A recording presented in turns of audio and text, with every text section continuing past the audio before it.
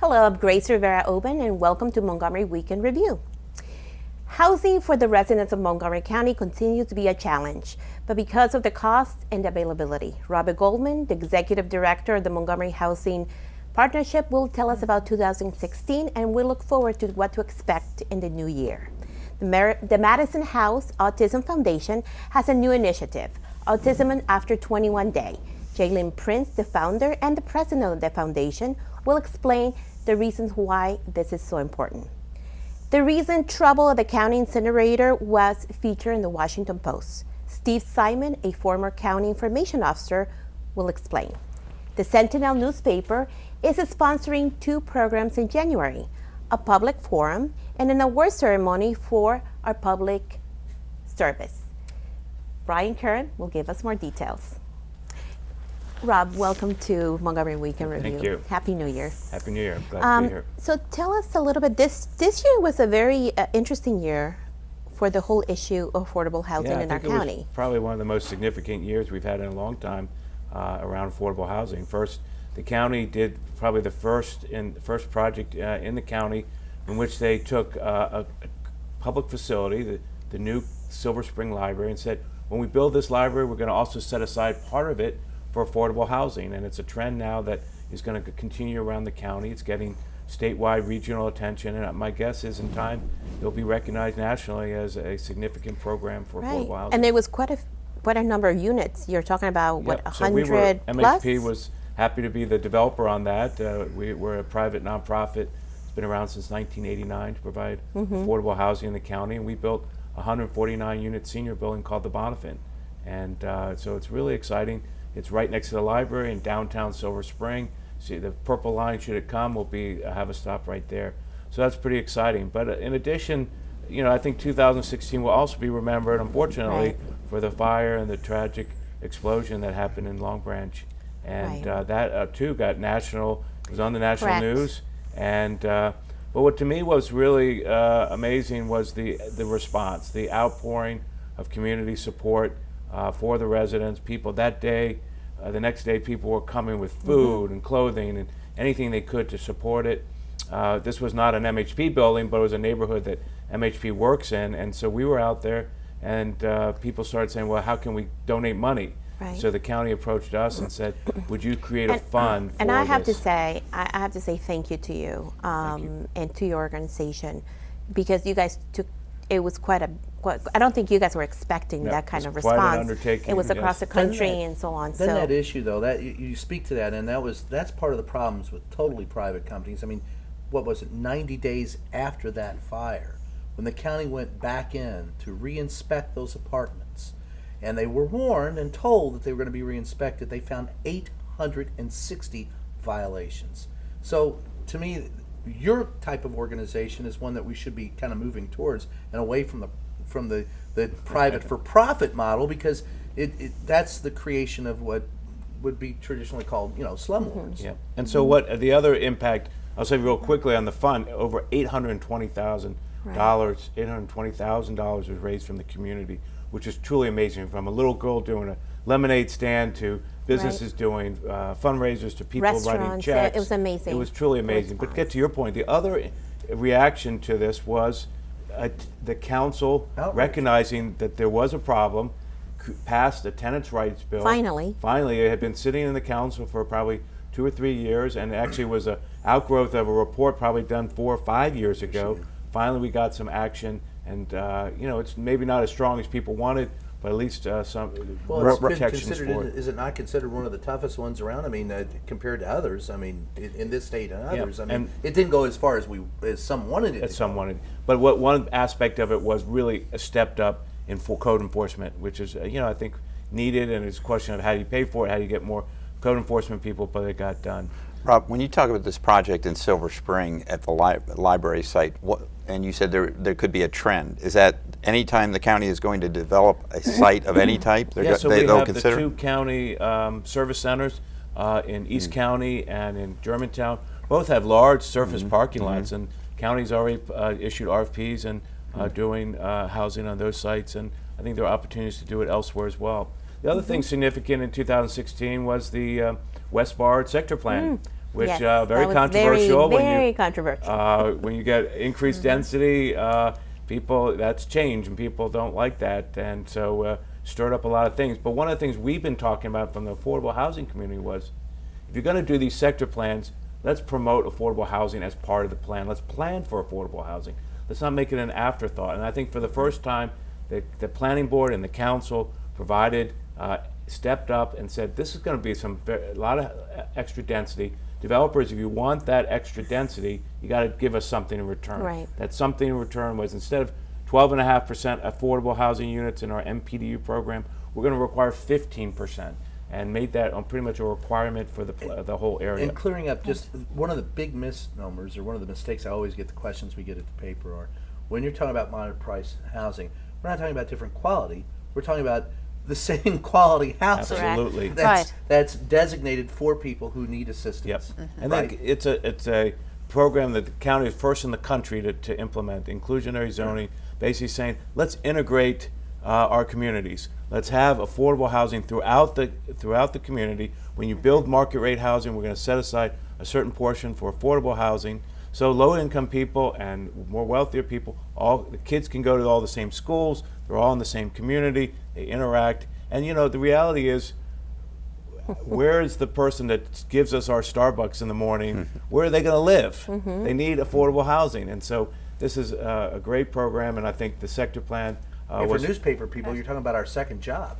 And then lastly, I'll say the county increased the recordation tax, providing additional money for affordable housing. Again, very controversial, and at some point, there's a lot of real estate agents who were not happy with that. But at the end of the day, the county showed some leadership and said, we got to support. A lot of that money went to the schools, but it also went to the housing, and we were appreciative of that. And you were worried that you were not going to get all the stuff in, and you did. Well, thank you. It was nice. Yes. It was nice having you. Thanks for having me. JaLynn, welcome to the show. Thank you very much. Tell us a little bit about Madison House and about this coming event. Well, Madison House Autism Foundation began here in Montgomery County about 10 years ago, and we're one of the first organizations in the country working with the issues facing adults on the autism spectrum, those 21 and over. It's complex when you take into consideration the individuals, their parents, families, people who will be employers, neighbors. It is very complex and very interesting. And we have discovered that it is somewhat of an invisible population, because a lot of people feel that when somebody graduates, that all of a sudden autism disappears. But in reality, there's another 60 plus years after 21 that we have to look toward and figure out what's going to be happening as people age, as people need jobs and places that people will need to live, and that may be multiple places. We will have probably all lived in different types of places as we progress through our lives as well. And our very wise staff has put together something called Imagine 21. And that's an initiative that we're working on. And along with the initiative of Imagine 21, thinking about what life is like when you're not necessarily a neurotypical individual, but what the challenges could be. And we have something that's going to be made available to business people if they would like to have a showing in their businesses or offices, an art show, actually. And this is one of the pieces of art. I love the cats. Isn't that fun? I think it's just cheerful and incredible. But the 21 artists are all on the spectrum, and not only do they represent themselves, but by seeing a work like this, you can imagine the amount of talent and ability in so many other arenas of individuals that are on the spectrum that are over 21. And the unemployment rate is about 80% of or underemployment. Is that, you had mentioned that earlier, is that nationwide or just It is. Montgomery County? And is that the same numbers in Montgomery County, or are we better? It is. No, we fit right into the middle of everything. It's astonishing to me, 85% of autistic people are unemployed. Or underemployed. Or underemployed. Because sometimes it may mean that somebody is working 3 hours a week. But what what is happening with the rest of their lives? What is happening to the parents? And very often as someone turns 21, one of the parents drops out of the work world. And so there's a lot of economic implications, not only for the family but for the community, and we're trying to address those needs. And the 21st of April, which is in the middle of Autism Month, we've had declared by Chris Holland, now Senator Chris Holland, as Autism After 21 Day. And we're going to be having a number of observances and different types of things in the county. And also there's some people joining us across the country that will be doing some things, because and this is a national issue. JaLynn, another big issue that I know that you all focus on is the housing issue. Yes. So, and we got Rob here talking about housing too, but what is the challenge? Because you said that the parents may stop working, but at some point we're also talking about they are the parents, is what you're saying, going into adulthood and everything. So what are the things you're doing in the housing arena? Well, part of the answer that people have tried to have is, well, somebody can stay home with mom and dad. Well, that's fine, but if you think about the neurotypical population, if that happened, you know, what would be occurring within that family dynamic? But very often, parents are, well, they're aging. Period. Well, they are pass aging away as well. I mean, and they will pass away. You know, dad has cancer, ready. mom is, you know, And that I think is the biggest 110 worry pounds. that parents with kids with autism or disabilities is their biggest fear. Yes. That's Where the are one they going concern to I be? hear over from aging parents. And will the individual be in the type of an environment that is best suited for them and for their desires? If it's an apartment, if it's in a group home, if it's in a community with others like themselves, or an integrated community. There's so many options. We want to put things out there. We all have choice. We could be in a retirement community, we could live in an arts commune, we could be any one of a number of places, because we have options. This population doesn't, they deserve it. And as a result, I think we're going to see a lot more that they're going to be able to give to our society as well. And then I'm going to remind our viewers that if any business owners out there who would like to have this art display, this beautiful art display, because there's so many other choices, I know that they put the website on. Perfect. Is there any charge to that, or they can put it up? Well, we would like a contribution to go along with that, and it would show. I'll buy that painting. You'll buy that painting? All right, we will have one. I'll have one for you.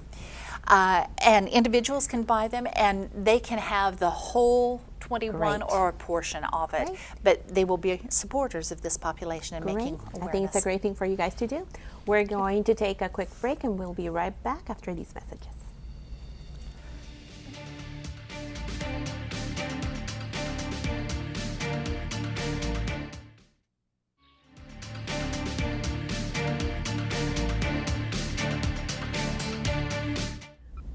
Thank you for coming back and for joining us again. Steve, welcome. Good to see you. Happy New Year. Yeah, you too. Well, wow, haven't heard much going on in Dickerson lately, but this was quite an explosion. Yeah, what I wanted to talk about was the fact that we have a facility up in Dickerson, Maryland, or up a lot of people don't even think about, near Sugarloaf Mountain, that has been operating for over 20 years. It's actually called the Montgomery County Resource Recovery Facility, but let's translate that means a trash incinerator. Incinerator. And it's been there for years.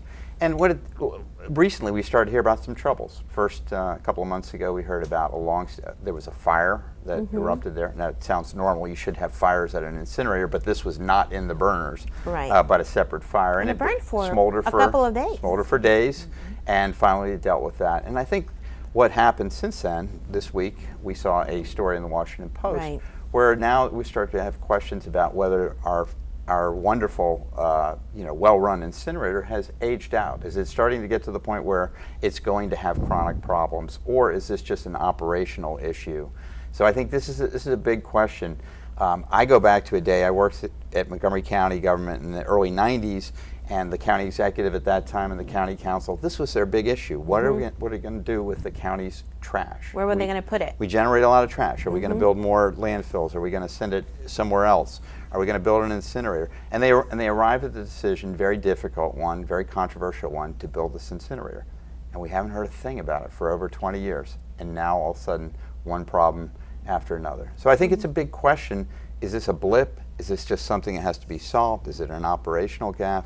or is it time for the county to start looking at long-term solutions again? So when they built this incinerator, what did they estimate the functional life of the incinerator would be? I'd have to go back and look, but I want to say 25 to 30 years is a lot of what you heard, and we're in year 21, going into year 22. So the question is, but some of them do outlive even that. So I think really this has been a model facility. This is a very community that expects a lot, that put a lot of pressure. There was a very vocal up-county opposition to this facility when it was built.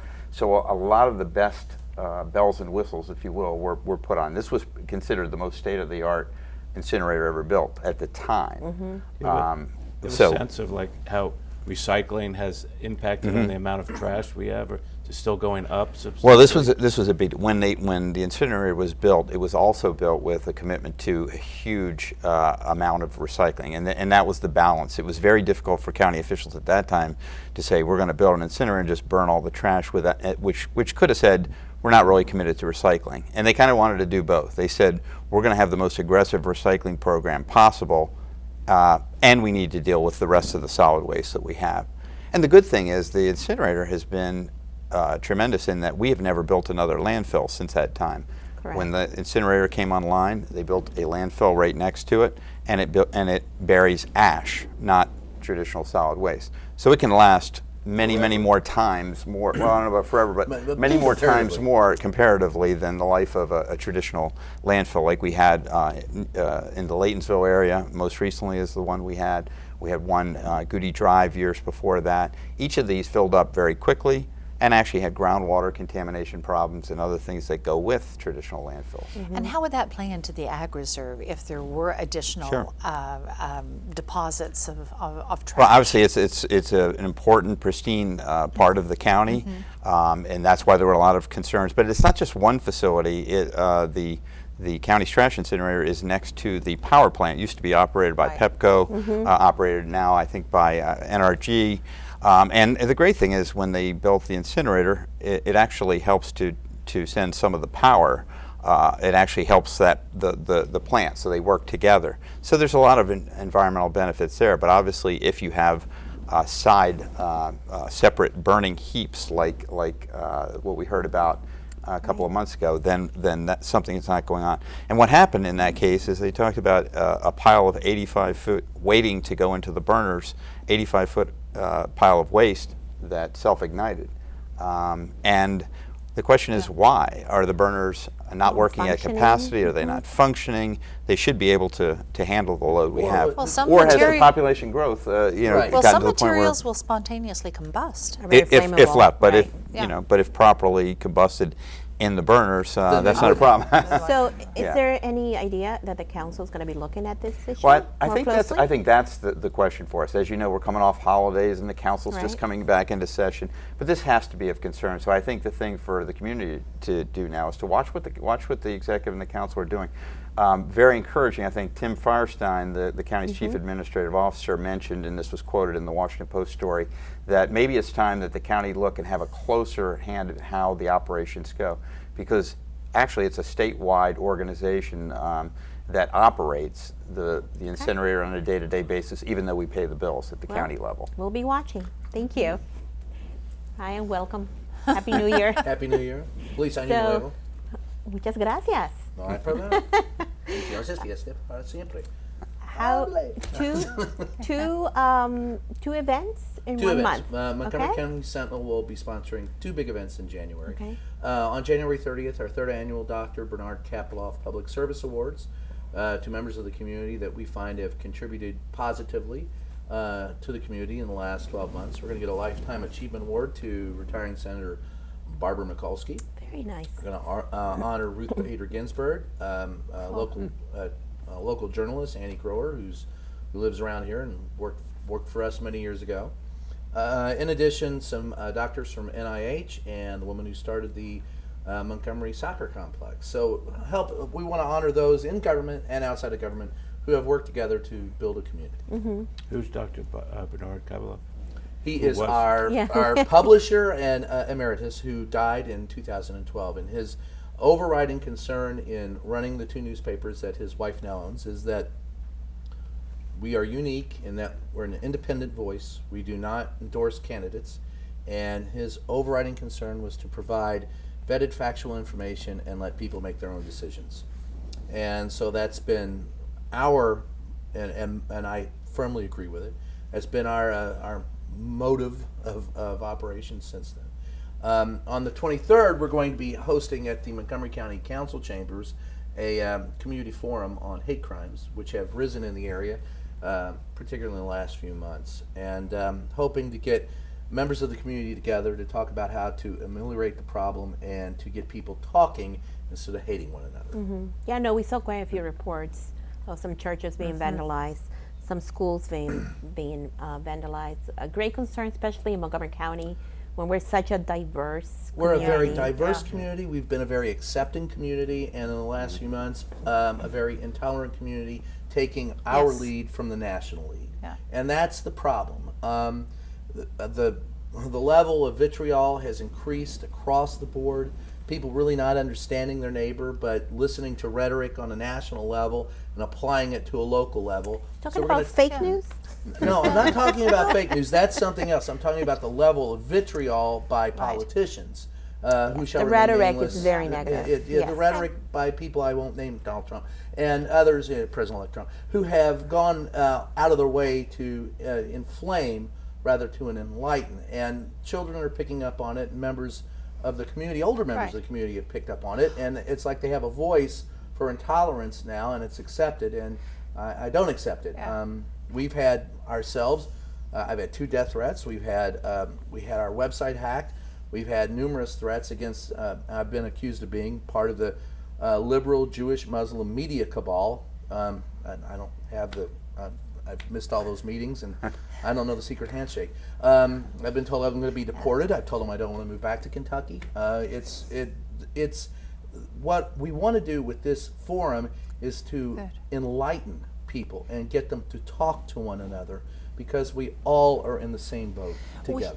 I've seen, or I've been hearing about some instances where even the elderly have been victims of some of this, with having different symbols and so forth put on apartment doors. Well, the latest example was in Rockville, where a couple who had a Black Lives Matter banner received a letter with a gold star and the words Jude attached, saying that, and that's front page of our paper today.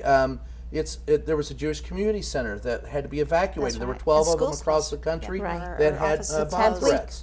I've had people accuse me of being, and accused us of harboring illegal aliens and sponsoring them to vote. And it's just an entire, everyone has their philosophical cul-de-sac from which they will not emerge. And social media has exacerbated it. And what I really want to do is sit people down, one-on-one with each other, and have them talk with each other. And one of the best guys to do that with is a guy named Daryl Davis, who's a local civil rights activist. He's also a great musician. But Daryl has gone African American who befriends Ku Klux Klan members. Exactly. we did a big story on Daryl. I mean, if you can imagine a member, an African American who befriends members of the KKK and then gets them to give him their KKK uniforms. That guy's great. But he sits down and talks to them. How will your forum be organized? I mean, what could people expect? We're inviting the community to come, especially those who have problems. What time? It's at 7 o'clock Monday, January 23rd in the County Council building. You can look us up, www.thesentinel.com, for all that information. Beat you to it. And we're inviting members of the community. We've invited like Fred Evans, other members, the police, representatives to sit there, and we're going to go through the episodes that have occurred in the county, and I'm going to try as moderator to induce a conversation. And that would be the last word. Great. Thank you very much for joining us today. And to you at home, thank you again. And we will see you here next week at the same time. My name is Grace Rivera-Oven. Until then.